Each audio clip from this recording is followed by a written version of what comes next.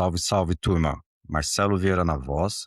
Esse é o Liderança de 0 a 100 e hoje eu tenho o prazer de conversar com Marcelo Miranda Carneiro, mais conhecido como Carneiro, né? Pelo menos o tempo que a gente trabalhou juntos ali. É meu xará, mas a gente sempre chamou só de Carneiro, né? Acaba pegando ali o sobrenome. E o Carneiro, ele tem mais de 20 anos aí de experiência, começou ali até como designer gráfico, ele vai contar um pouquinho aí da trajetória dele pra gente. E atualmente ele atua como engineer manager, inclusive para uma empresa de fora do Brasil e imagino que trabalhando remoto, ele vai contar aqui pra gente um pouco mais desses detalhes também. E, sem novidades, a gente deve explorar um pouco também do impacto aqui da IA no seu trabalho, né? Como que ele tem organizado os times, os desafios e um pouco do papel da liderança nesse momento que a gente está inevitável aqui do uso da IA para a produtividade ou até para os produtos que a gente desenvolve. Carneiro, muito obrigado por ter topado o papo, pela disponibilidade. É um prazer tê-lo aqui. E como que você está? Valeu, obrigado aí pelo convite também. Tamo bem, né? Tamo aí num horário um pouco avançado, mas bora aí fazer essa conversa. É isso. Inclusive aí, turma, para vocês saberem, nos bastidores, a gente estava aqui, ó, esperando o Carneiro fazer as filhas dormirem. Nem sempre é uma meta que a gente consegue aí com tanto sucesso, mas é isso, deu certo, a gente está por aqui. Inclusive, acho que é uma pergunta que eu queria te fazer, como que é o fuso horário do seu trabalho aí, como que funciona, né? Você trabalha nos horários tradicionais aqui do Brasil, horário comercial, ou acaba fazendo um horário diferenciado? Então, atualmente eu faço um horário, assim, a empresa que eu tô trabalhando, trabalha no CST, né? Então ele tá 3 horas para trás, tá? GMT-6 e às vezes fica GMT-5, né? Eh, quando eu trabalhava na TopTal, ali eles eram GMT mais 3, né. Então lá eu costumava acordar mais cedo, eu até preferia, né, acordava mais cedo, e tal, só que o lado ruim era que o overlap ele era durante a manhã. E eu sou uma pessoa, assim, depois de uma certa idade eu percebi que eu sou mais um morning bird, e daí eu percebia que ter reunião de manhã era ruim, né, porque eu depois do almoço ter que produzir ou ter que focar era um pouco mais difícil. Então hoje tá num modelo perfeito, assim, porque eu de manhã eu consigo ter mais paz, então dá pra eu sentar, inclusive eu ainda tenho o costume de acordar muito cedo, então, puta, acorda cedo, dá pra fazer exercício, tomar um café, ficar com as crianças, ajudar, arrumar pra escola, tal. E daí eu começo ali mais ou menos umas 10 horas, e daí consigo até 1 hora da tarde ter, assim, puro foco, assim, sem muita gente online. Apesar de que o lugar que eu tô trabalhando tem bastante brasileiro, né, mas bastante brasileiro, assim, bastante gente da América Latina, mas bastante brasileiro, daí também Uruguai, Colômbia também, né, então os fusos horários eles variam bastante desde o Pacífico até Brasil, né, até GMT-3 até GMT-9. Boa. É isso, né, eu imagino que no começo aí deve rolar uma adaptação ali na rotina, na vida, inclusive familiar, né, os nossos familiares ali que às vezes marcam alguns compromissos ou até escola e coisas do tipo, a gente precisa adequar, mas depois você tira o melhor ali, o proveito dos gaps que tem ali, né, para até fazer às vezes, aproveitar o horário comercial de locais que às vezes são mais cheios, nos horários tradicionais, você fazer ali algo alternativo, né. E aí, conheci o Carneiro aqui, né, sei lá, uns 15, 20 anos atrás, a gente vai fazer as contas aí para saber. E é engraçado ouvir agora, né, eu também tenho 2 filhos, o Carneiro com 2 filhas ali, e falando, né, de acordar cedo, fazer exercício, levar as crianças na escola, fazer dormir. Antigamente era balada, acordar tarde, chegar Exato. outro tipo de rotina, né, mas bem legal, aí a gente muda, a gente amadurece, né, e bem legal, cara. E aí a gente vai entrando aqui no talvez no na sua trajetória, falando um pouquinho das suas origens. De onde que você é? Você é de São Paulo? Eu lembro que você tinha alguma coisa na praia, né, Não, sua família era da praia, né? eu sou de São Paulo, é que a parte da minha mãe ela é tudo da praia, né, tudo do litoral de São Paulo, mas eu sou de São Paulo, tipo, nasci lá e cresci, sempre tive na mesma região inclusive, só depois de adulto que eu fui mais para o centro, mas eu sou ali da zona leste de São Paulo. E agora eu tô morando em Porto Alegre, né, então tá 3 anos que eu mudei aqui, foi até por conta do trabalho remoto, né, ir pra um lugar que é menos denso, começaram muitas obras ali onde eu tenho apartamento em São Paulo, e daí a gente preferiu fugir um pouco do barulho e ficar numa área de casas, né, então agora tô morando numa casa, e tal, tudo que é tudo maior aqui. Boa. E É, é, imagino que durante a pandemia muita gente repensou ali, né, suas vidas, ainda mais com crianças, né, de ter mais espaço, mais natureza. E aí quando a gente trabalha remoto e ainda para um outro país que não tem nem a chance de, ou quando tem a chance é muito mais total. organizado e planejado, né? Eu acho que é um privilégio a gente poder, né, ter esse tipo de escolha. Então, parabéns aí pela coragem, pelas mudanças. E então falando um pouco da sua origem, né, como que foi ali a sua formação acadêmica? Você teve alguma formação acadêmica? Até porque a nossa área também tem esse privilégio, né, de muita gente muito boa, às vezes não ter tido uma formação formal, né, então é muito autodidata e às vezes, Exato. acabam tendo, mais conhecimento prático ali do que pessoas que foram para academia e às vezes não praticaram tanto, né. Mas me fala um pouco aí da sua origem acadêmica, vamos dizer assim.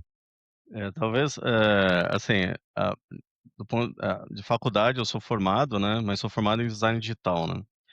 Eh, Na época design digital nem era reconhecido ainda pelo MEC, ele foi reconhecido no meu último ano, então acabei foi quase uma aposta, assim. E foi uma faculdade legal, conheci bastante gente muito boa, assim. E uma característica que tinha nessa faculdade era que, como era uma área ainda muito assim, que não tinha muito eles não sabiam muito bem o que eles queriam, tinha muito desenvolvedor que estava lá, então a galera que já trabalhava, por exemplo, desenvolvendo site, ou desenvolvimento de software, ou às vezes até a galera de banco, assim, que estava lá querendo ir para a área do design, e os designers que estavam indo lá querendo entender um pouco aprender um pouco de programação. E assim, a minha relação com programação, ela vem de muito cedo, assim, né. Eu quando, sei lá, ali no começo dos anos 90, surgiu um computador na minha casa, sei lá, uma permuta que meu pai ganhou, e ninguém sabia o que fazer com aquilo, e eu tinha um vizinho que tinha um computador também. Então, né, no lugar onde eu morava tinham 2 pessoas que tinham computador, e daí ele trabalhava com som, eu lembro, na época, edição de som, essas coisas. E daí ele meio que trouxe algumas coisas, me mostrou algumas coisas, né, era DOS ainda, tipo, como funcionava, né. E daí eu achava muito legal aquilo. E meu primeiro contato foi com, acho que era DBase, Clipper. Foram essas 2 linguagens de programação que daí começaram a surgir outras pessoas que também tinham um pai que era programador, alguma coisa assim, e daí eu vi o que eles faziam, eu ficava assim: "Caramba, que legal fazer daí funcionar, né, tipo, esse negócio". Só que foi isso, eu brinquei nessa época, eu lembro até meu né, quando eu tinha uns 14 anos, eu lembro que eu fiz um site, GeoCities, e tal, bem bosta, mas eu lembro que isso isso foi uma permuta para umas aulas de contrabaixo que eu pra uma escola de música, assim. Então eu consegui, eu lembro que 1 ano de graça lá de aula, que foi também minha inserção no universo do contrabaixo e da guitarra. Mas daí chegou um momento que eu simplesmente falei assim: "Não, isso daqui eu não quero", comecei a me interessar pela área de design, e eu falei assim: "Não, agora eu vou pra área de design". Só que nesse nesse momento durante a faculdade, eu já trabalhava como designer gráfico e fui para uma OCIP, né, uma OCIP é uma tipo uma ONG, só que só trabalha com trabalhos, de educação, né. E daí esse lugar estava acabando verba, tal, eles precisavam ampliar, e eles precisavam fazer um site. E daí eu falei assim: "Pô, eu sei como fazer um site, né, GeoCities, pô, eu", né. E daí foi quando eu tive meu primeiro contato com aquela história do Tableless, né. Então eu fiz a primeira versão do site usando tabela, e daí isso acho que era 2000, né. E daí eu comecei a pingar as pessoas da faculdade que eram programadores, trabalhavam com isso, e daí eu falei assim: "Pô, como é que eu faço isso, e tal?". E na época não tinha tanto recurso, né. E cara, fui aprendendo e fazendo e, pô, no final fiz um site inteiro com sabe, botei no ar, tal. E daí os 2 me chamaram, falaram assim: "Pô, muito legal isso daí, você aprendeu muito rápido, tal, tem uma vaga aqui, você quer tentar, né?". E daí eu fui nas 2 empresas. E eu consegui nas 2, mas uma me chamou antes e eu topei, porque o lugar estava falindo, né, daí eu saí, e daí foi quando eu comecei a trabalhar na FBIS, né, que foi onde a gente se conheceu.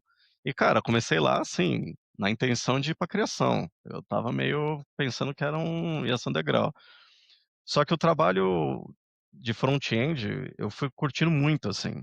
E não só de fazer as coisas funcionarem, mas de, tipo, conectar junto com, né, o pessoal de criação, e tal, e daí ver que às vezes eles tinham problemas, que fala assim: "Cara, acho que dava", era só site de campanha, né, sites que, né, depois de 3 meses joga fora, tal.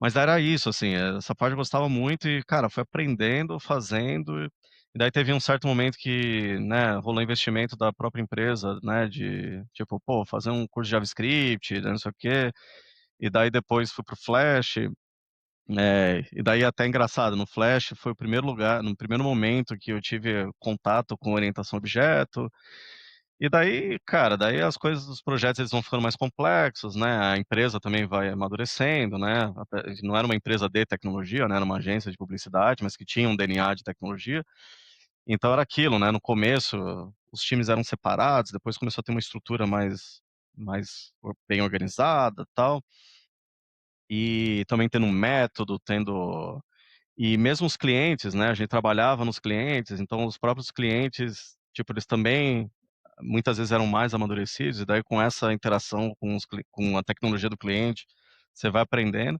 Mas é isso, até brincava falando que eu era street dev, né, que era tipo, aprendi tudo na rua, às vezes eu chegava em alguma reunião, já como uma pessoa muito técnica, assim, mas daí às vezes os termos técnicos não estavam muito na ponta da língua e ficava parecendo que eram mas a gente foi fazendo a coisa funcionar até chegar num ponto que alguns projetos de bastante complexidade, assim, né, como, por exemplo, Netshoes, né, e-commerce, e coisas que requeriam muita performance, e daí um trabalho também de, putz, ter que trabalhar com, né, várias, né, não era só FBs fazendo, mas daí o back-end estava na Califórnia, o design estava na Inglaterra, e daí começar a ter esses trabalhos em que você tem uma administração tanto de time zone quanto de, tipo, formas de trabalhar, né, e numa época que assim, hoje em dia é muito óbvio, né, você virar e falar assim: "Pô, a gente é agile, a gente faz A, B",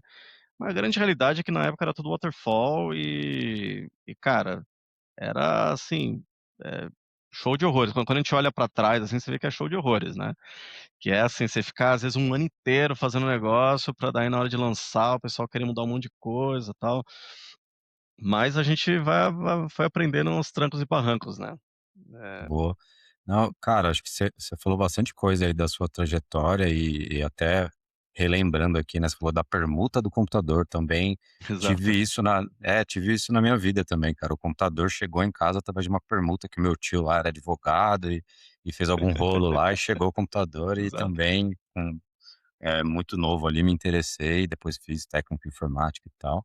E eu acho que foi, interessante a sua formação, porque eu vejo que pessoas que vieram de design, vieram de outras disciplinas, às vezes têm uma cabeça mais aberta a resolver um problema real e conseguem, acho que, conectar melhor as outras disciplinas, né. Então e você mencionou no Flash e tal, e eu não sei se é coincidência, mas vários dos melhores desenvolvedores que eu conheci vieram do Flash, assim, sabe. Então tiveram essa base, né. Hoje em dia, acho que muita gente que estiver ouvindo aqui, dependendo da idade, nem sabe do que a gente está falando, né, mas, eu lembro dessa época, assim, que quando eu cheguei na FBIS, você já estava lá, né, e a empresa estava crescendo, né, a gente saiu lá de 2 andares lá no Itaim Bibi para um prédio inteiro de 10 andares, lá na Vila Madalena, ali, né, em Pinheiros, e eu lembro da sua preocupação, talvez um pouco avançada para a época, de lá a gente estava saindo, sei lá, de SVN para Git, e você sempre ali se preocupando em usar o terminal e usar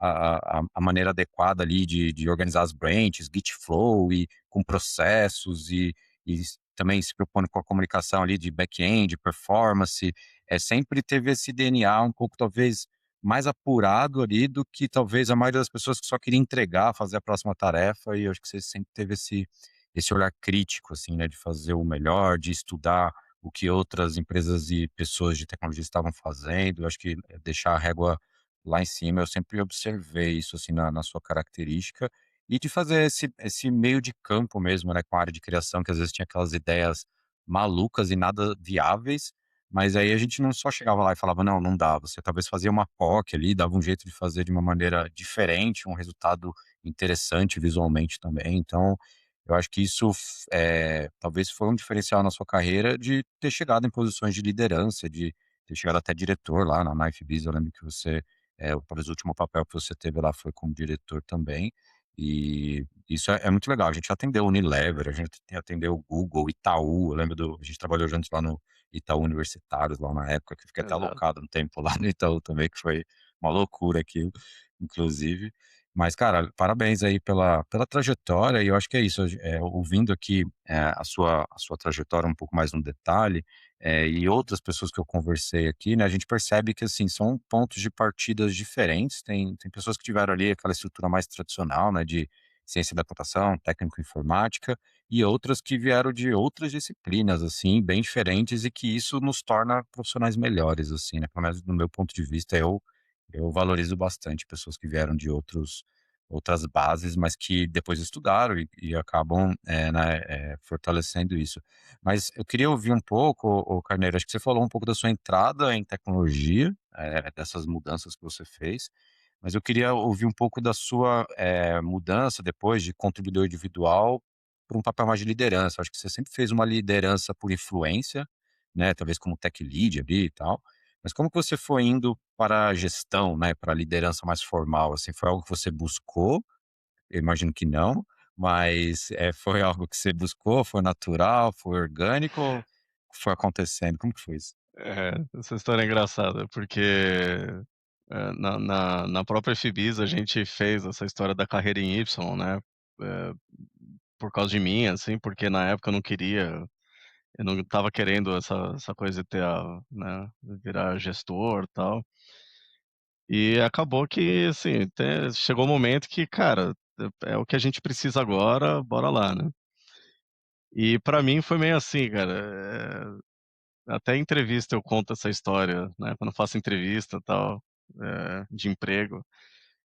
Eu posso dizer que eu fiz todas as coisas erradas, né, que uma pessoa num cargo de liderança, tipo, eu cometi todos os erros, todos aqueles erros que as pessoas, né, que os livros falam, né, dos anti-pattern e tudo mais.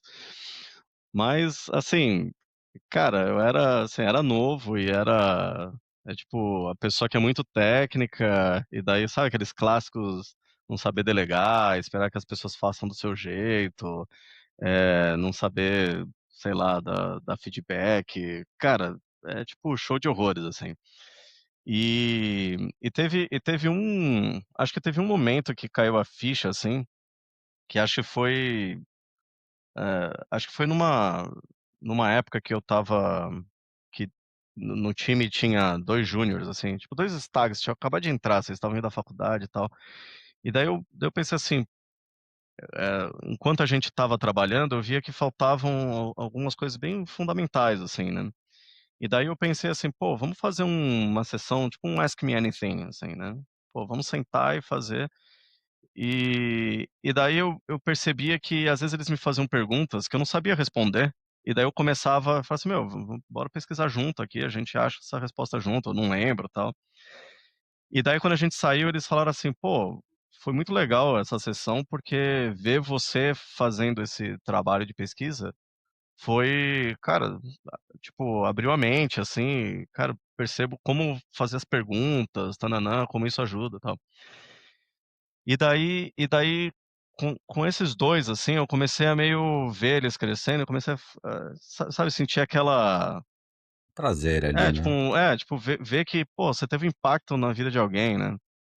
E daí isso junto com tem aquele livro do Daniel Pink lá que chama Drive, que esse livro também pra mim na época foi meio um divisor de águas, assim. Porque eu li e falei: "Porra, a gente tá fazendo um monte de coisa diferente", parecia muito tópico, e hoje parece tão óbvio, sabe. E daí foi onde eu falei assim: "Pô, se eu mudar um pouco a forma com que eu enxergo os problemas e as pessoas E daí eu fui me aprofundando, assim, né. E daí tanto com leitura de livro, quanto com leitura, ficar procurando na internet, tipo, vendo blog, essas coisas. Mas, os TED Talk, né, os talks no geral, assim, eu nunca fui muito de ir em evento, ou mesmo teve uma época que a gente fazia meetup, a gente recebia alguns meetups, e tal, mas eu nunca fui muito de ir, assim, eu já fui em alguns, mas, eu não tenho tanta disciplina para isso. Eu sou bem do remoto mesmo, do tipo, mesmo aqui eu trabalhando remoto, é difícil ir para 1 quilômetro, né, além de 1 quilômetro de raio. É bem confortável, né, o remoto, né, cara. Mas e aqui até uma pergunta, Carneiro, acho que, eu fiquei uns 10 anos em agência de publicidade também, né, e eu acho que, assim, a gente estando em agência, como tecnologia, que como você falou, né, não é o core da empresa e normalmente são equipes enxutas, né, sei lá, não é tão grande. Por mais que você atenda clientes grandes e lide com áreas grandes de engenharia do outro lado lá, né, nós parece que eu pelo menos tinha esse sentimento, que eu era sempre a pessoa que estava atenta ao movimento do mercado, né, às boas práticas, tentando trazer para dentro alguma coisa de agilidade, de cloud, de qualquer coisa, Exato. microserviço, qualquer coisa disso. E era uma luta enorme para fazer aquilo entrar na cabeça das pessoas que estavam ali na agência e fazer aquilo dar certo, e até tinha resultado, mas era e aí quando eu fui comecei a olhar para o mercado, de falar: "Cara, eu quero agora ver algo diferente, assim, né, uma empresa que tenha mais tecnologia, engenharia, né, o pessoal aí startup, escalando, não sei o quê". E aí, assim, eu procurei lugares onde tinham pessoas que, iam me ensinar alguma coisa, que eu ia aprender e ia ter dificuldade, coisas assim, né. Você sentiu isso também? Porque você ficou até um pouco mais de tempo do que eu Eu em fiquei bastante agência, né. tempo. Exato, ficou uns 15 anos, se eu não me engano, ali em agência. Exato. E aí quando você foi para o mercado, você percebeu isso de que, talvez isso, né, que era óbvio, né, que você conseguia talvez aprender e ver na prática algo mais escalável ali, né, e talvez beber na fonte, assim, sabe. Você teve esse sentimento também? Cara, eu tive, mas talvez a sensação que foi a mais, sei lá, aqui daí eu me arrependo um pouco de ter demorado um pouco, né, pra fazer essa mudança, é o lance de você trabalhar para uma coisa que é sua, né. Então essa coisa da autonomia sobre o que você está criando, que é a diferença de trabalhar num produto, né. Por mais que a gente assim, né, nos últimos, 5 anos na FBIS, a gente trabalhava com produto, mas não era o seu produto, era o produto de um cliente, que em algum momento o cliente ia lá e falava assim: "Bicho, não, tá aqui, vai ser outro lugar que vai cuidar disso agora", e você não tinha aquela coisa do por mais que a gente, né, procurasse, né, seguir boas práticas, e tal, era isso, né, no final existe um fator externo que vai tomar a decisão final. E tinha até o lance, né, que eu lembro que eu ouvia bastante falar assim, meu, no final você dá o seu, né, traz o seu conhecimento, você fala se uma coisa tá num caminho que é mais adequado ou não, se aquilo pode dar problema ou não. A grande realidade é que no final o dinheiro quem tá botando é a pessoa de lá e, meu, se eles quiserem botar o dinheiro na latinha de lixo, eles colocam, sabe. Então isso era muito frustrante, assim. E uma outra coisa que era frustrante e que eu percebi também depois, foi como, assim, como a remuneração em agência é muito baixa, a qualidade dos profissionais, eles são sempre de entrada, né. E daí você tem alguns que são muito bons, que se destacam, daí eles saem e tal, então vira meio que um degrau, né, aquele lugar. Mas ele é um lugar mais de entrada. Quando eu fui pra TopTal, por exemplo, que lá daí é uma empresa de tecnologia, os caras têm, sei lá, quando eu entrei tinha 500 devs, depois subiu para 1000 devs, depois desceu para 200, né, mas, eu lembro que, por exemplo, o meu conhecimento técnico na FBIS era uma coisa que mesmo quando eu estava em segundo nível de liderança, ele ainda tinha um valor. Quando eu entrei na TopTal, meu, a galera lá destruía, assim. Era um pessoal que eu ficava assim: "Mano, é outro nível". E daí eu até passei por um processo, depois que eu entrei lá, de entender qual que era o valor que eu poderia entregar lá, né. Do tipo, foi até rolou uma síndrome de impostor, tal, do tipo: "Beleza, o que que eu consigo trazer para esse lugar, né, para não pra não ser aquela pessoa que, né, tipo, tá fazendo o quê? Tá só gerindo tipo, entrega, sabe. Cara, e foi um negócio que, assim, muitas coisas aconteceram nessa migração e todas eu achei muito positivas, assim. Tirando também a própria também qualidade das lideranças, né. Eu tinha muita gente muito boa para me espelhar, e acho que foi o momento que eu aprendi mais, assim, na minha carreira. É claro que a FBs, eu aprendi muito lá, e lá tinha uma coisa que era uma vantagem, que era a carta branca, total autonomia para testar coisas. Então, vou dar um exemplo. A transformação de trabalho remoto, eu sempre fui meio, né, evangelista de trabalho remoto. Então, a transformação do trabalho remoto, a gente fez aquilo em 2018. Em um ano, mais ou menos, meu, teve uma mudança cultural absurda. De chegar num ponto que a empresa estava tendo problema de espaço, e a gente falou: "Ó, tem aqui, ó, de 30 lugares que a gente precisava, agora a gente só precisa de 10, né, porque tá todo mundo remoto, poucas pessoas vêm para o trabalho, e tal". E daí quando veio a pandemia, tipo, foi zero impacto, né, tirando o impacto da gente desligar toda uma área, mas foi zero impacto no jeito que as pessoas trabalhavam, enquanto a empresa estava correndo atrás, estavam naquele primeiro nível ainda de maturidade de trabalho remoto, tentando traduzir tudo que eles faziam, in office para o remoto, né. Então lá tinha bastante abertura. A TopTal tinha muita abertura também, mas eles tinham já um processo muito mais bem estabelecido, e eram gigantes, né. E era uma empresa onde a tecnologia que mandava. Então, assim, tinha produto, tinha designer, e tal, mas, cara, lá era a tecnologia era o que comandava. A empresa que eu tô agora, ela é um mix, né. Então ela nasceu, não era remota, ficou remota por causa da pandemia, mas ela matou o escritório, né. Então ninguém mais volta para o escritório, e começaram a distribuir. E no final acho que tem isso, né, quando as empresas percebem que elas conseguem pegar talentos, elas não ficam limitadas a um raio, né, de, sei lá, 20 quilômetros para pegar um talento, para trabalhar com elas, e que conseguem, né, às vezes pessoas até mais qualificadas, às E às vezes vezes mais até mais barato, mais baratas, barato, exato. é. E daí acaba sendo um win-win, né, porque para quem tá no Brasil tem um câmbio, então vale a pena, e para eles é, tipo, extremamente barato. Então, acaba que eles viraram também 100% remotos, tal. E lá eles são assim, né, eles eram uma empresa que era mais produto, com, né, tecnologia na base, e daí a tecnologia foi crescendo, né. Então lá é um pouco mais product driven, assim, né, não é tão a tecnologia que manda.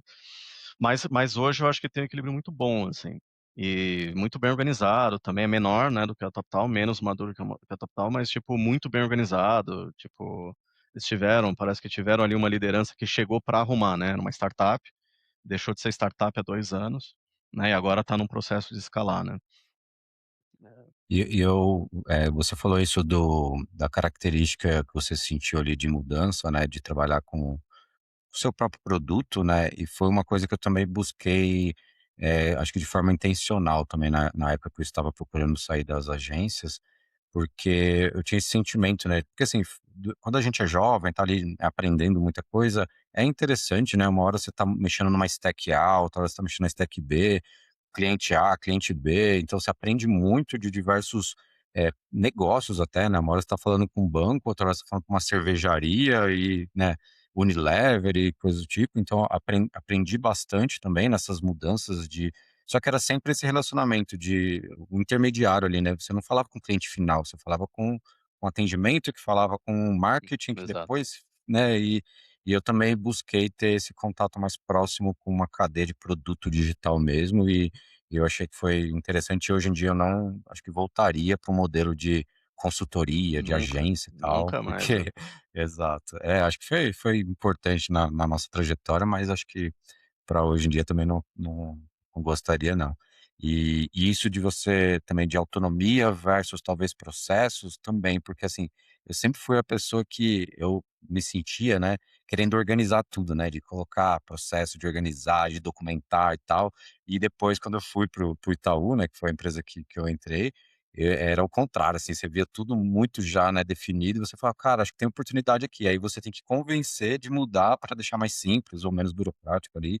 E, enfim, também tem o seu valor nisso, né, então acho que a vivência nos 2 mundos nos ajuda a ver o Exato. que é bom, o que não é de cada um, né, e legal, cara. E aí uma outra curiosidade, ô Carneiro, que pelo menos eu acho que me afetou, eu queria ouvir de você também, pai aí agora, o que que a paternidade mudou no seu processo de liderança, assim? Porque eu acho que hoje em dia a gente, sabe, tem pequenas coisas que é sutil ali, mas que você vê semelhança, né, de autonomia, de delegar, de, Total. né, fazer pela pessoa ou deixar ela aprender né, mentorar. O que que você vê de relação aí entre a paternidade? O que que te afetou nesse aspecto?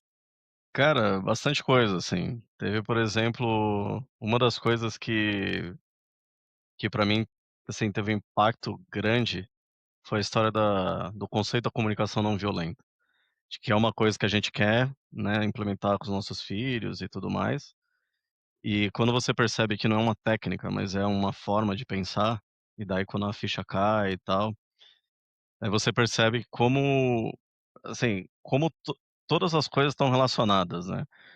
E, por exemplo, eu lembro quando minha filha era bem pequenininha, que a gente fazia aquelas coisas de pai de primeira viagem, você bota a criança fica sentada e você bota o travesseiro. E daí eu lembro que a gente foi no pediatra, o pediatra falou: "Não, não faz isso. Deixa ela no chão, e se ela cair, ela vai ver que o chão é duro, tal". E daí eu lembro que a gente chegou em casa e viu ela cair, ela, pô, chorou, a gente, né, acolheu, tal, abraçou. E daí daqui a pouco a gente botou ela de novo no chão e ela, meu, foi devagarinho, assim, botou a mão e desceu, sabe.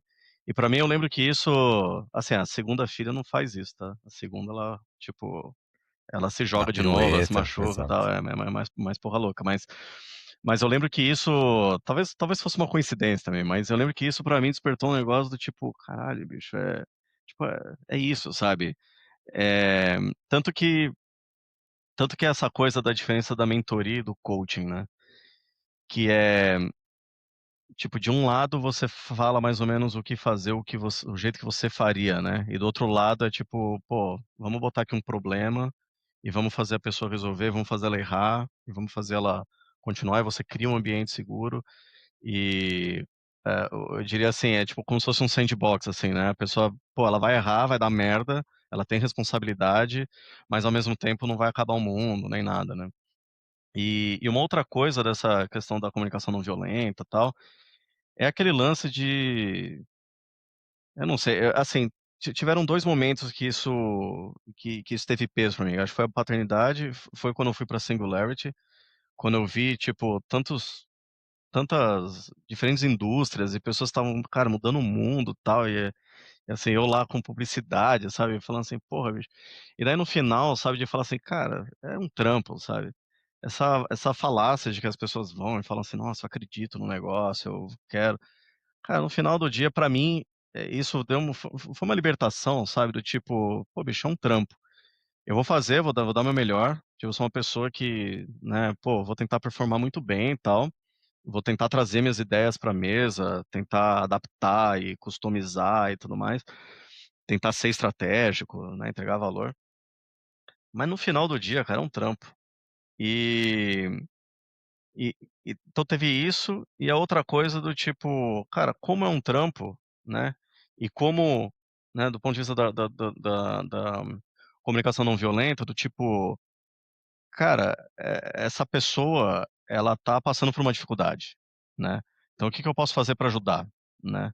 Então, às vezes você tem aquela pessoa, cara, que você, cara, odeia, tal, puta, eu já passei por tantas pessoas que você tinha que trabalhar junto, você não aguentava mais, e daí, assim, ou seja, aquela pessoa que é meio Ivory Tower, sabe, a pessoa que acha que sabe tudo, ou a pessoa que também tem muita insegurança e ela demonstra de forma, e daí, cara, você no final do dia você fala assim: "Pô, não, beleza, essa pessoa ela tá precisando de ajuda, o que que a gente pode tentar fazer pra ajudar?", ao invés de entrar né, numa situação de embate, né, mesmo até que fala, né, que a agressividade ou a violência da comunicação ela não é você ser agressivo verbalmente, né, mas ela é você considerar que a pessoa está contra você, né.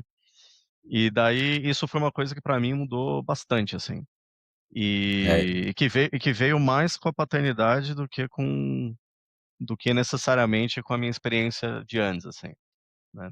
perfeito. E por coincidência, eu li o Comunicação Não Violência também na época que me tornei pai, E anos depois, quando eu entrei no Itaú e etcétera, era um livro que eles recomendavam muito ali, né, para liderança, e eu também já tinha feito essa associação, e o nome não violenta gera muita confusão com isso que você trouxe, né, de não é questão de você agredir e tal, é muito você É, como você interpreta uma situação, como você, reage ou leva isso para frente, né, então, me ajudou bastante também, eu gosto do livro e acho que para qualquer tipo de relacionamento é importante. E o que você falou sobre, né, quando talvez se torna pai ou até assim, talvez não só para paternidade, mas quando você tem talvez alguma situação na sua vida pessoal, sei lá, perder alguém, doenças, etcétera, você coloca a situação em perspectiva, né, então às vezes você tá lá naquele problema no trabalho, cara, aquilo vira um negócio tão pequeno versus exato. o restante da sua vida, então acho que colocar em perspectiva é isso, né, quando os nossos filhos ficam doentes ou quando tem um problema sério, assim, isso de fato é o É, problema real, né. Então eu também já claro, de novo, né, nós somos profissionais responsáveis, nós valorizamos, nós damos o melhor, e tal. Mas muitas vezes eu lembro que alguns chefes que eu já tive falava: "Cara, é só um site, é exato, só, né, tipo, não tô aqui, né, não sou um médico que vou salvar ou não a vida da pessoa". É claro, o que a gente faz e constrói, às vezes, impacta, assim, milhões de pessoas e tal, mas é diferente. Acho que colocar em perspectiva, talvez, nos traz uma leveza que é importante para o trabalho que a gente faz, que é tão, né, acho que corrido, com muita informação, que a nossa cabeça exato, usa mais a cabeça do que qualquer outra coisa. E aí eu acho que talvez nos dá a deixa aqui para entrar no tema do momento aí, né. Acho que a IA generativa, né, acho que não é nada novo, né, já estamos há uns 3 anos aí pelo menos, vendo essa evolução, mas ela acho que tá assim, tá latente, o quanto hoje, acho que 2026, março aqui de 2026, a gente vê, talvez agora tangibilizando mais a maneira que vai trazer de produtividade, de mudança no jeito que a gente trabalha. Eu também não sou aquela pessoa de achar que o mundo acabou, que, né, não teremos mais emprego, nem nada do tipo, e também nem a que do hype de falar: "Cara, né, é mágico isso daqui, resolve todos os problemas". Eu acho que a gente tem esse meio do caminho que é mais próximo do real.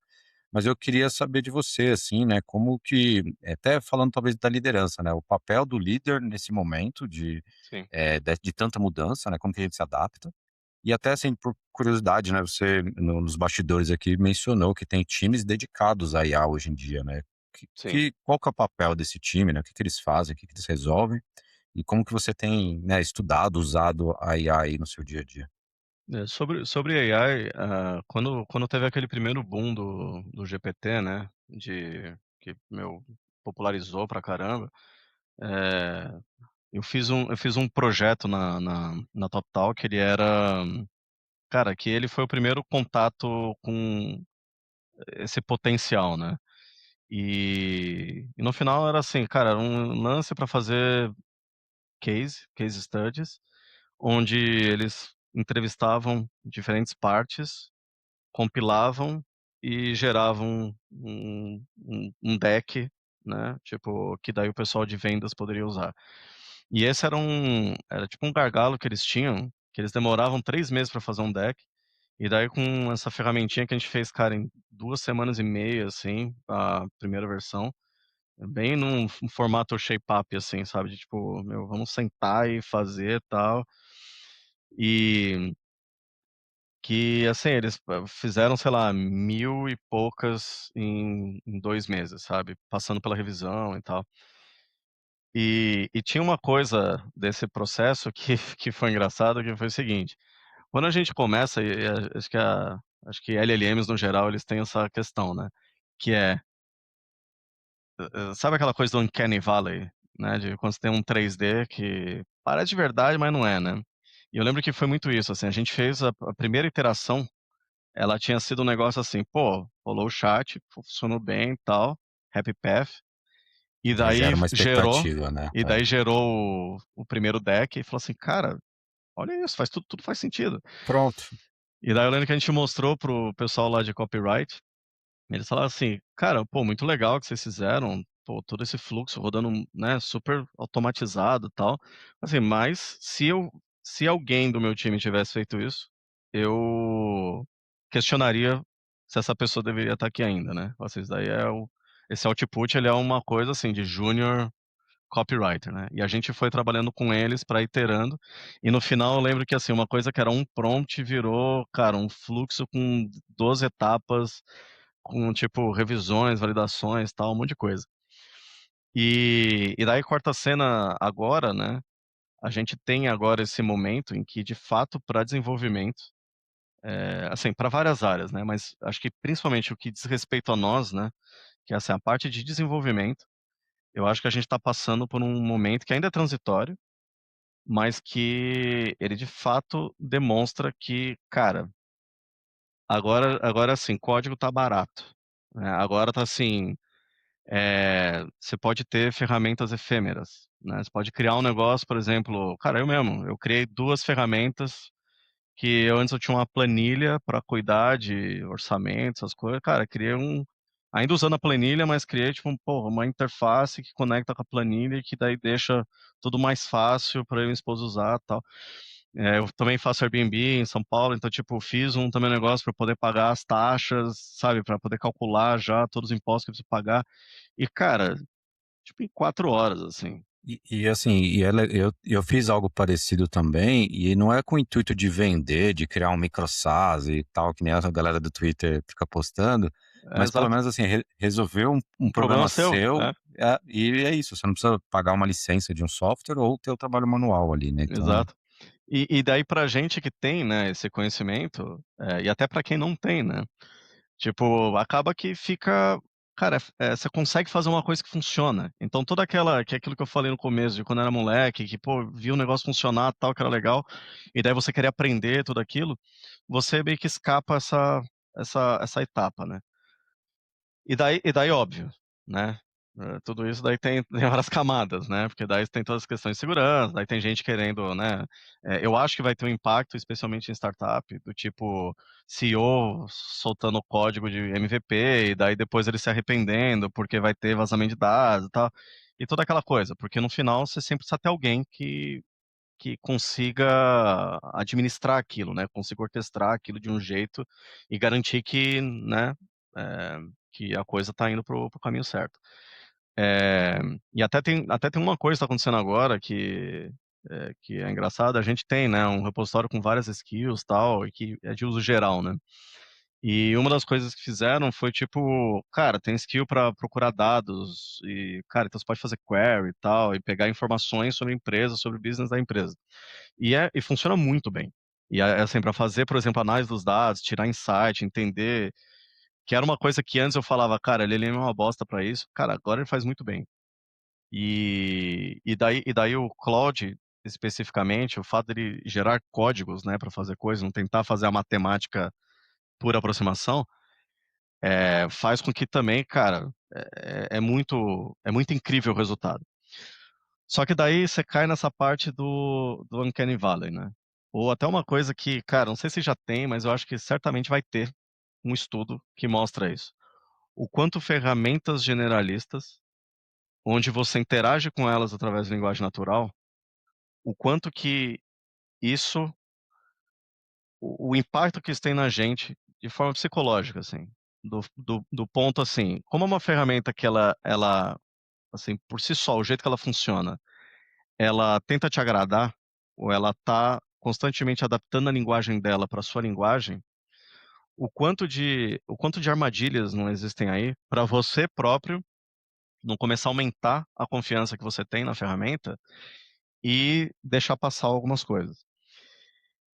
E, assim, essa armadilha eu faz mesmo já total caí. sentido, E faz aquela total coisa sentido. e aquela coisa, AI work slop, cara, e daí então tem assim, acho que tem muitas camadas que a gente vai cada vez mais entendendo e cada vez mais, trabalhando em como resolver elas ou como tem essa história do guardrails, né, como que você vai definindo os guardrails para cada camada, não sei o quê. Tem também, sei lá, o Ed Osmani lá postou, sei lá, uns 10 dias atrás, falando da história do débito cognitivo, né? Do tipo, pô, você não tá mais escrevendo, né? E daí você tá só revisando. E, cara, cada vez você vai gerar mais código, você não vai conseguir revisar. né, a própria revisão ela vai virar um gargalo no processo, e tal. E isso era até uma coisa que a gente estava discutindo hoje, né, sobre tentando repensar o próprio, né, o nosso processo, né, de desenvolvimento de software, e tal. Em quais são as etapas que a gente precisa ter uma pessoa, mas quais são as etapas que a gente não precisa, ou quais que a gente não precisa, mas que a gente precisa iterar com frequência, né? E, por exemplo, qual que vai ser o papel, por exemplo, da parte de ownership de diferentes partes do código, para que a gente tenha, de fato, pessoas que. Porque no final é como se todo mundo fosse virar um arquiteto, né? Então, assim, de ter essas pessoas como arquiteto, garantindo que a visão, do sistema que elas desenharam está sendo implementada do jeito correto. E então é isso, a gente vai estar cada vez mais pensando na arquitetura das coisas e menos no código, assim, no detalhe do código, né? Apesar de que também tem, daí quando você parte para a parte de performance, né? Daí você também cai no quanto que AI hoje em dia, né? Já tem várias evidências de que ele tenta sempre pegar o caminho mais curto, ou porque como tudo é por aproximação estatística, né? Então assim, às vezes não necessariamente a melhor É solução isso. para Ele, aquilo ele, é, ele consegue resolver, não significa que seja da melhor exato, maneira e mais otimizada possível, né? E isso que você falou do Ed Osmani ali sobre o débito cognitivo, é até uma preocupação para os profissionais que ainda não entraram no mercado, né? Porque eles já exato, vão entrar com a facilidade de gerar tudo automaticamente e nunca ter escrito nada.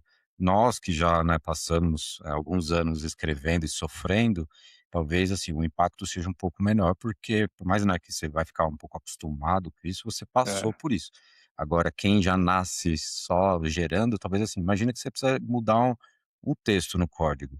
É mais rápido e barato você ir lá e mudar, porque você já sabe o que exato, fazer, do que você pedir para a IA, porque ela vai ter que ler todo o código, entender o contexto, gastar muitos tokens, então vai ficar muito mais caro, a não ser que você tenha algo local. Então a gente está criando novos problemas, né, que não exato, exato. existiam. Claro, eu também sou mais otimista e estou gostando bastante do momento que estamos vivendo, porque acho que é uma dopamina, né, de como você falou, A de gente ver precisa coisas funcionando. precisa separar o hype do que realmente, né, onde realmente tem oportunidade, né.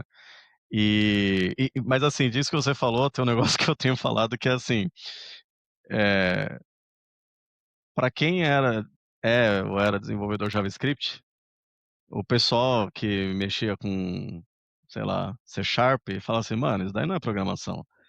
Para o pessoal de C#, o pessoal de C falava: "Mano, isso daí é muito baba, né, pô, a galera não vai". Até no cartão E o perfurado, né, até paralelo chegar no então, e o paralelo que eu faço é com aquela, sabe, aquela imagem dos andares que tinham de desenhistas técnicos antes do AutoCAD? Pra mim é meio isso que vai acontecer, assim. Obviamente, o im tipo, esse papel ele vai mudar. E daí, puxando um gancho para a parte de liderança, eh, uma das coisas que eu faço e que eu sempre fiz, na verdade, porque eu acho que não precisa ter AI para isso. Não precisou ter AI para você ter medo do seu trabalho, né, de você perder o emprego por causa de uma ferramenta. Se parar para pensar, a gente voltando para aquela história da agência de publicidade, a gente fazia hot site, e daí chegou um momento que as redes sociais chegaram e os hot sites eles perderam um pouco o porquê de existir. O investimento em hot site, cara, você conseguia resolver o problema que você resolveu com o hot site através do social media. E daí você pega, por exemplo, pessoas que faziam landing page. Daí vem todas essas ferramentas, sei lá, esqueci o nome delas, low mas code, CMS, todas essas ferramentinhas de low code, que é de CRM e tal. Cara, você vai lá e no final as empresas foram percebendo que, cara, você não precisa ter muito acabamento. Cara, tem aqui uns módulos aqui, uns componentes e tal, bota um embaixo do outro, coloca a sua mensagem, e o próprio time de design parou de ter um pouco aquela ideia de ficar customizando, hiper customizando as coisas para vender através de, sei lá, da camada de awareness, por exemplo, para ir para uma camada puramente performance e conteúdo. Então, assim, quantas produtoras não existiam que só faziam isso? E que daí, a partir do momento que surge uma ferramentinha dessa, elas, pá, somem, sabe? Então, assim, eu acho que, assim, isso vai acontecer, né? O trabalho ele vai ser reformulado, né, mas uma coisa que eu tento sempre trazer para o meu time é, assim, a gente tem que ser cada vez mais estratégico. O que de fato porque assim, para pra pensar, o que que era o trabalho do dev, né, o que que é o trabalho do dev hoje? Resolver Num problema, produto. né. Não, não, mas assim, mas pensa assim, no dia a dia, os tickets que a galera pega, é o quê? Ah, você vai criar um campo no banco, ou vai criar uma tabela nova, daí você vai criar um API endpoint, ou vai ter um GraphQL, alguma coisa, daí você vai ter um front que vai conectar com vai integrar, você vai criar um componente, daí você pode ter design system, que daí vai ser mais e no final, o trabalho que o dev está fazendo hoje, boa parte do trabalho que o dev está fazendo hoje é um trabalho de máquina. Porque daí quando você está numa empresa que é estruturada, daí pô, vai ter guideline, vai ter standard, daí você vai ter bootstrap, você vai estar usando framework. Ou seja, tipo, o ponto que a gente está chegando é meio que aquele, assim, é o sonho molhado dos devs, de automatizar, né?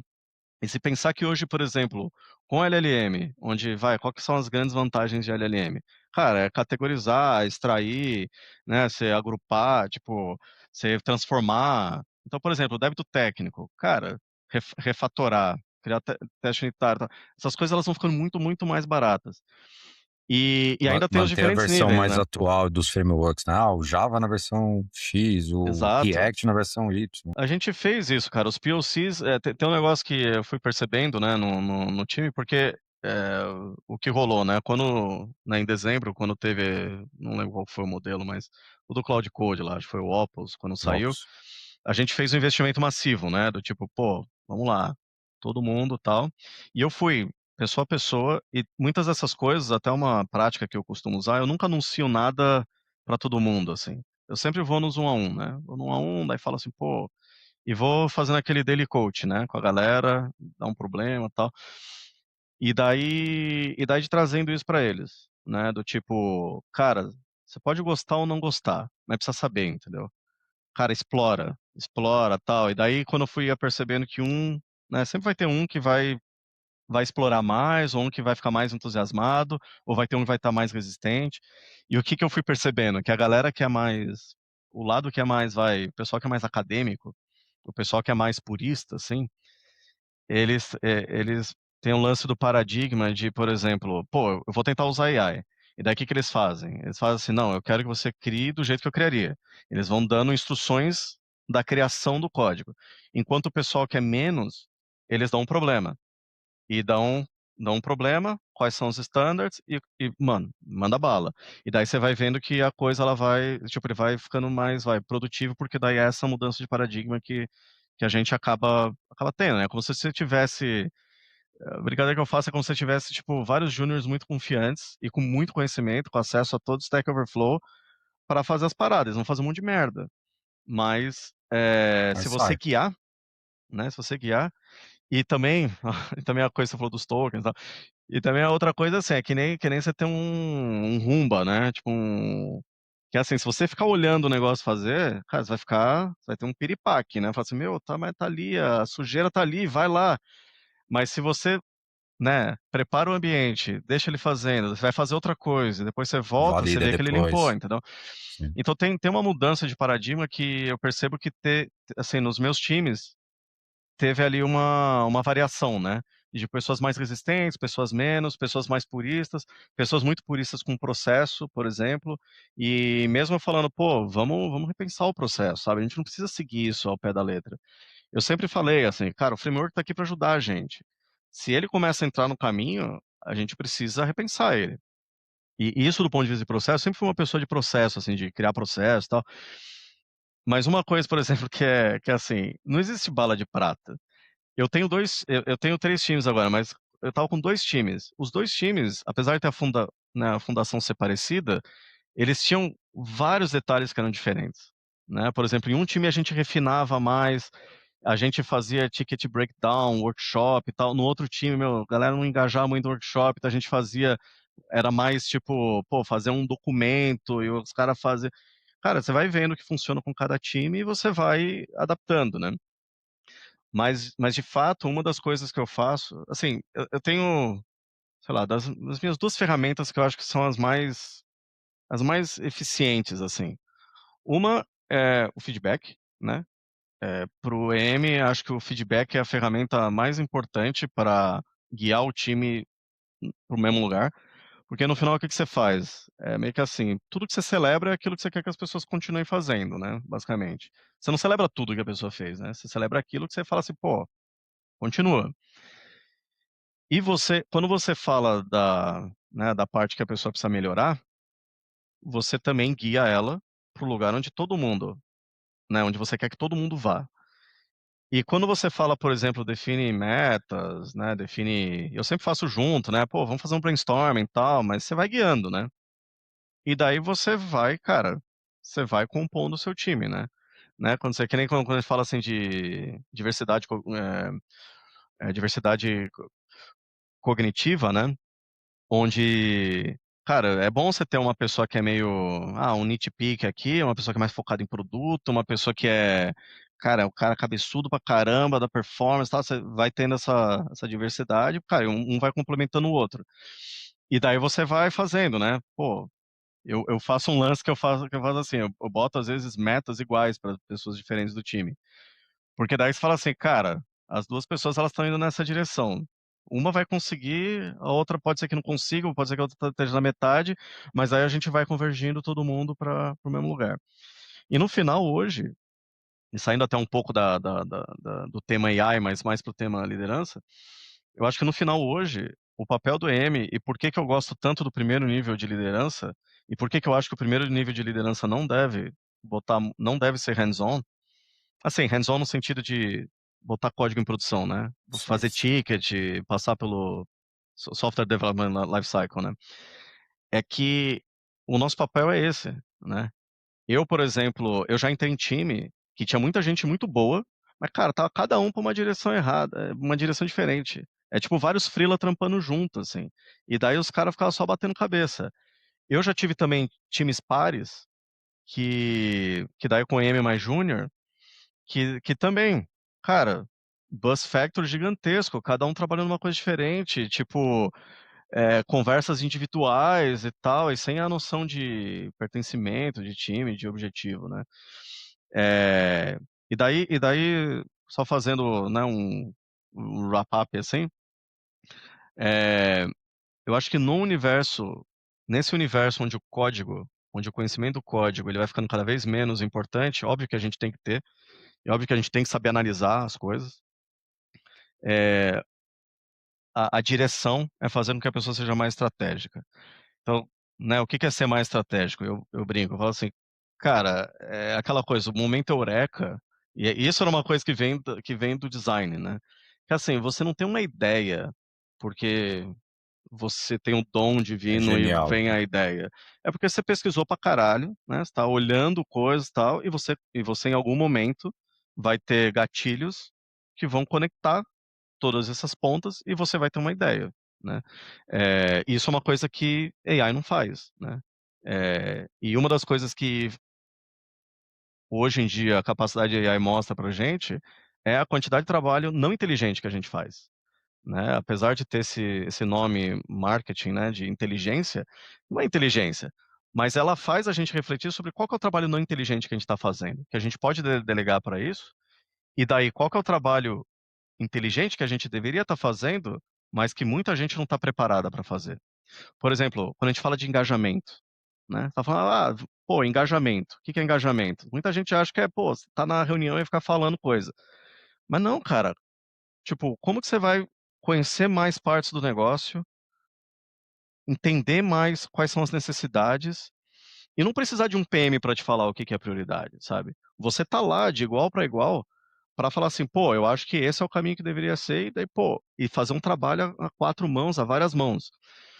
E trazer as ideias pra mesa, né, trazer, tipo, a a estratégia ou, por exemplo, as cara, a própria discussão que vale a pena, né. Cara, quantas vezes, né, é impressionante, assim, a quantidade de discussão que se tem, você fica assim: "Bicho, a gente tá perdendo tempo aqui, cara.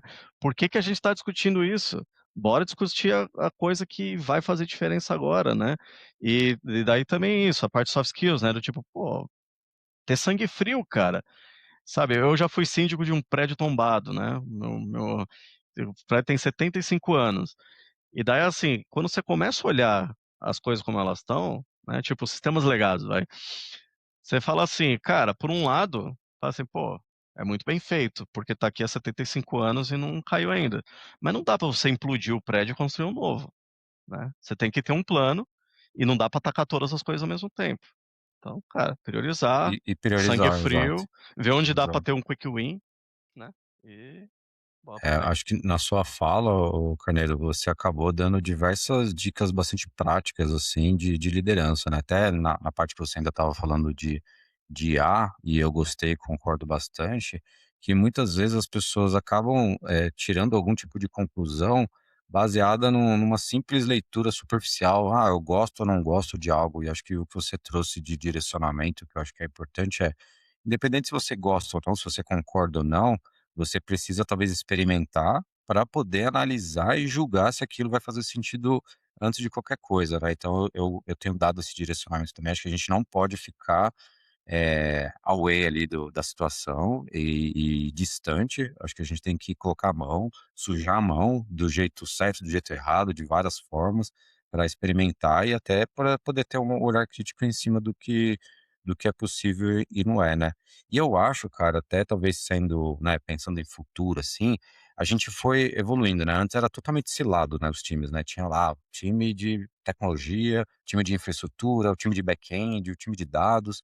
A gente foi melhorando isso, né, de ser times mais multidisciplinares, né, hoje é a Squad lá, que é o mais famoso, né, que tem designer, produtos, tecnologia, etcétera, mas ainda tem uma pessoa que é responsável por aquela disciplina e ainda tem uma passagem de bastão importante ali, né, que acaba sendo talvez não tão produtivo, e talvez agora com o ferramental que a gente está construindo e tendo de possibilidade, eu acho que a gente vai chegar nesse modelo que você narrou, de a pessoa que antes era só desenvolvedora ou engenheira de software, ela também ser responsável por, priorizar um backlog ou criar o backlog, ou falar com o cliente, usar os dados para tomar uma decisão.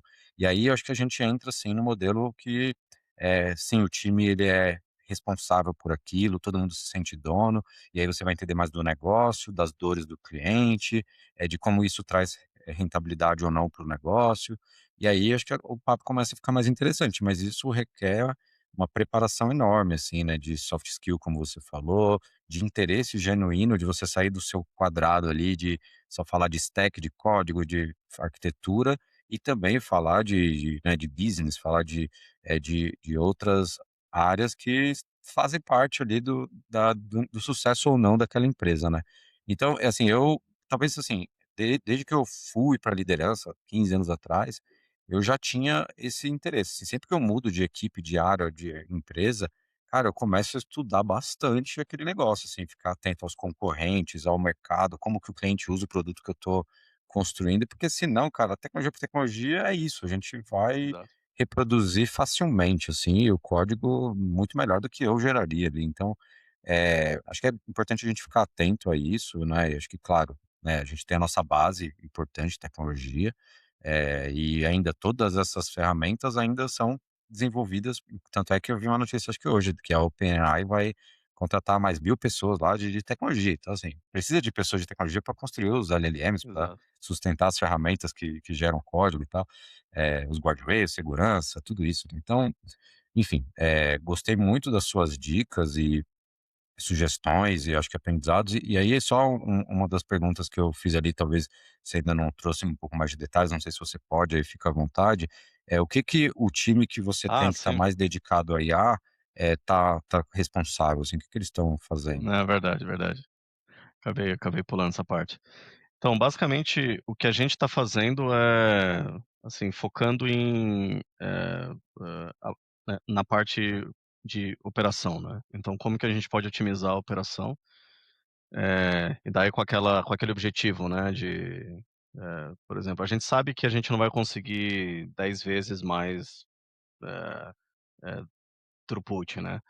mas o que que a gente pode fazer e quais são as oportunidades que existem para usar o potencial que o LLM tem hoje, que é, por exemplo, automação é basicamente pensar automação com contexto, né, e melhorar o nosso fluxo, né, fazer com que o nosso fluxo seja mais suave. E daí, o que é engraçado é que muitas das discussões que a gente tem tido, e de coisas que a gente precisaria mudar no fluxo, elas têm muito a ver com escalar, né. Então, assim, muitas das soluções já estão aí fora, e daí, com isso também, como que a gente acopla diferentes workflows e qual que é, por exemplo, o nível de acesso que você dá, né, qual que é a segurança, qual que é por exemplo, como que é o nome? Tipo, a margem de segurança que você tem para dar autonomia, qual que é, por exemplo, o score, os tiers que você cria para diferentes tasks para você dar mais ou menos autonomia, onde precisa ter um gate humano. Então, no final esses times eles estão basicamente focando nisso, né. Um tá focando mais na parte que é de automação, que é mais do pipeline mesmo, e o outro time a gente está focando mais na parte que é mais de eu vou chamar de conceitual, ou de definições, validações, porque no final a gente não está falando, quando a gente fala de software development life cycle, né, a gente não está falando só daquele momento que a gente tem o trabalho para ser executado, né, mas da própria definição do trabalho, né. E Perfeito. quais são esses handshakes ou esses gates que a gente tem, né, para passar de uma fase E para se outra. e se de como você falou, né, acho que a gente tem que ter um olhar bastante uma cabeça aberta até para ver se continuam fazendo sentido, né, porque acho que tudo que a gente tem até hoje é pelas restrições, pela maneira que a gente Exato, tinha, né, até agora. E acho que otimizar muito uma só dessas etapas, você vai só exato, transferir o gargalo para a próxima ou para anterior, né? exato, E eu vejo isso, assim, né? Muitas vezes achando que é só o desenvolvedor que era a questão, né? E aí tem o designer, tem o produtor ali, que exato. também não consegue ou priorizar ou escolher o experimento, que é o que está fazendo mais sentido. Então, acho que a gente está aprendendo tudo isso mas enfim, é bastante interessante a gente estar nesse momento aí, né, podendo experimentar, aprender. Eu tô bastante empolgado, assim, com tudo que tá rolando. É bem isso, né. E assim, a gente tem todas as outras questões de, tipo, atenção também, né, que é, por exemplo, é isso, hoje é muito mais barato você gerar conteúdo, né. Você gerar código, gerar documento, gerar coisas que precisam ser revisadas, né. E daí vem o cuidado, né, do quanto de escopo você coloca dentro desses documentos que você está gerando. Por exemplo, você está fazendo um documento que tem uma análise, né, então você puxa os dados, analisa, gera hipóteses e gera uma conclusão, mas se tiver alguma coisa errada no meio, toda a cadeia fica errada. E eu tenho, né, um exemplo de algo que aconteceu há algumas semanas, que foi uma pessoa manda uma mensagem com um textão, tipo um documento que, meu, workslop total, gigante, e daí você vê que, falando assim: "Pô, drop, tipo, não sei o quê", daí é por causa dessa linha de código, e você vê assim, então, não é por causa disso, né, sei lá, tem um negócio aqui antes que mostra que não é, isso daqui é um caso muito edge case e tal. E daí você vê que, assim, na thread 1 milhão de pessoas falando. E essa é uma discussão que eu tenho trazido lá também, né, do tipo, quando você por exemplo, se eu vou e gero um né, faço um deep analysis, por exemplo, né, uma análise de dados, mas eu não tenho conhecimento para saber o quão correto aqueles dados estão, é importante você validar, né. E daí seja, por exemplo, ter outras camadas de validação, usando o próprio AI, para trazer de diferentes perspectivas, né, e fazer um cruzamento, ou eventualmente, pô, eu como indivíduo, provavelmente chamaria uma pessoa de data, né, de data, para falar assim: "Pô, isso daqui faz sentido, tal", para daí eu dar uma continuidade. Mas hoje, como tudo é rápido e barato, a galera às vezes tenta mandar numa tacada só. E daí tem essa parte do productivity killers, né, que é, meu, você vai gerando e deixa que os outros revisem, né. Só que, cara, é que nem você botar 10 pessoas numa reunião, né, que você fala assim: "Ah, tem 10 pessoas numa reunião", você tá não é 1 hora, são 10 horas, São né. 10 horas, É a sim. mesma coisa mandar um documento que não tá, né, que não tem o embasamento necessário para, sei lá, 10 pessoas lerem, né. Nesse caso específico, cara, eu perdi umas nessa história inteira, eu perdi umas 4 horas, que daí eu sempre uso isso como exemplo para falar, e não só também documentos que meu time gerou, né, de vai fazer um spike, daí vai lá, meu, manda rodar, gera rapidão, mas daí você vê, cara, e umas coisas de acabamento também, que eu falo: "Pô, qual que é a audiência disso? A audiência disso é AI, é um agente ou é um humano?". Pô, se a audiência é um humano, cara, você tem que formatar, você tem que botar link, né, você não bota, assim, um número do ticket, você bota um link para o ticket, para eu poder ver que ticket que é aquele. Eu não quero ter que selecionar e entrar no Gira e botar o sabe. Então precisa ter um cuidado, né, pra audiência. E beleza, daí você vai tipo, a gente tem ferramentas que são AI friendly e não sei o quê, tã-nã-nã, mas acho que a gente tem esse deslumbramento, a gente tá num momento que, ó, essa mistura do hype com Sim. então tem um deslumbramento, aquela coisa do 10x, né, que as pessoas têm, que até já saíram várias pesquisas mostrando que, né, cara, provavelmente vai ser 3, né, 3x, 2 para 3, 4 Que já é talvez, bastante que coisa, já é né. muito, pô, Exato. já tá feliz pra caralho, né. O meu time mesmo, cara, meu time, cara, desde dezembro o throughput foi cara, foi tipo 3 vezes mais. E no final foi isso, foi por influência horizontal, assim, foi tipo, cara, uma pessoa começou a trazer, daí eu falei pra eles: "Bicho, vamos fazer tipo um pair programming aí", faz assim: "Cara, quando você for mexer, abre um Google Meet e chama a galera pra falar assim: "Ó, pô, vou trabalhar nisso daqui, alguém quer ver?". E daí o pessoal foi, daí um trouxe falando assim: "Caralho, meu animal". E daí ele começou a ir e tal, e daí, cara, a galera começou a entregar. A gente tinha uma iniciativa que a gente tinha que entregar no final de tipo do quarter, que o quarter era pra frente, assim, e, cara, a gente entregou muito antes e foi fazendo outras coisas, daí pegando vários débito técnico, tem um lance que eu faço com eles que é tipo um cold health check, e daí trouxemos já os negócios, cara, o pessoal começou a acabar ticket, daí falou assim: "Pô, vamos botar isso daqui", e foi matando o débito técnico, refatorando coisa, tal, Esse é o e daí sonho, né, a fazendo gente mais nunca conseguia coisa fazer isso, né. então.